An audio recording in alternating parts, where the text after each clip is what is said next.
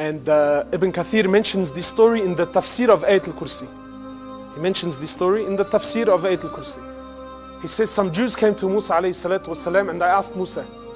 They said to him, "Oh Musa, does Allah sleep? Does Allah sleep?" So Musa couldn't answer then and there. So what happened was, two angels came to Musa alayhi salatu wasalam. They came to Musa after a long day of da'wah. You know, a long day.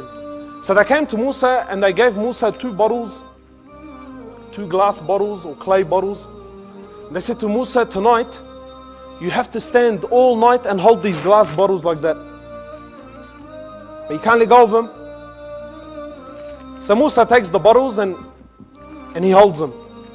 You know, the first half of the night, the first part of the night goes by and he's getting tired, his eyelids are getting heavy and he's getting weak, he's exhausted, he wants to sleep. The second part of the night comes, they're getting heavier. Anyway, before you know it, Musa alayhi salatu wasalam falls asleep, he falls down and the glass bottles, the clay bottles come crushing down.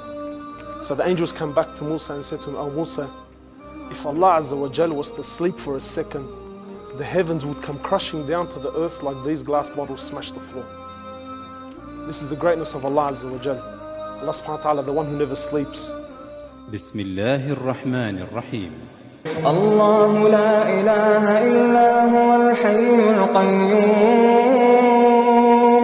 لا تأخذه سنة ولا نوم له ما في السماوات وما في الأرض من ذا الذي يشفع عنده إلا بإذنه يعلم ما بين أيديهم وما خلفهم ولا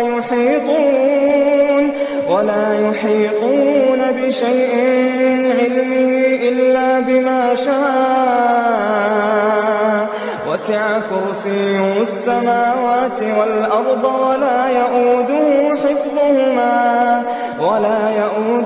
حفظهما